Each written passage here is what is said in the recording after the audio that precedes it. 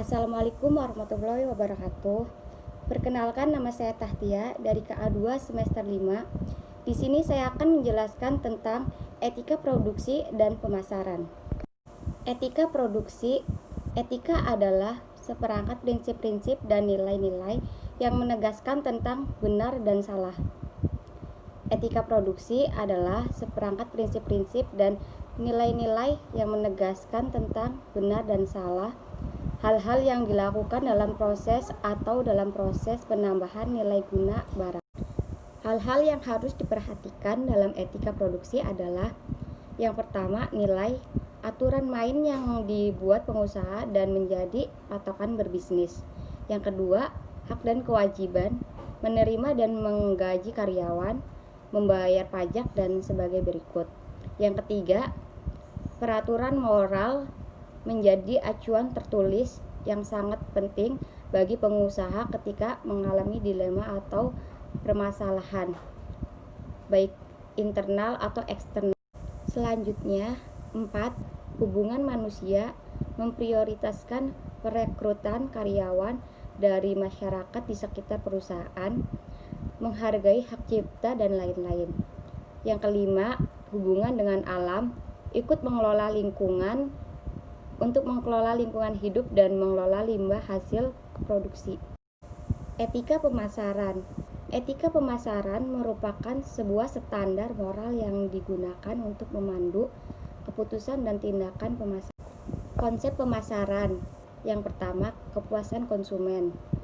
Kepuasan konsumen merupakan tujuan utama dari perusahaan.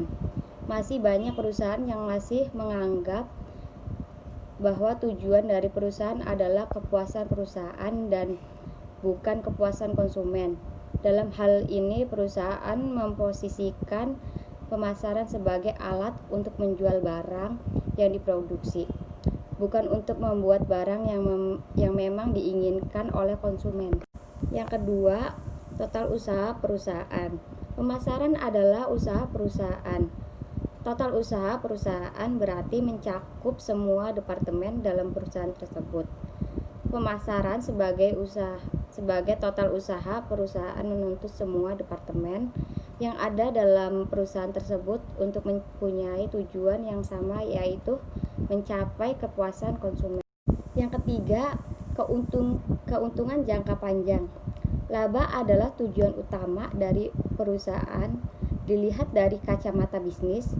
Kepuasan konsumen adalah tujuan utama perusahaan dilihat dari kacamata pemasaran. Jika konsumen puas, maka dia akan melakukan pembelian kembali dan memberikan laba atau keuntungan perusahaan dalam jangka panjang. Penerapan etika dalam kegiatan pemasaran.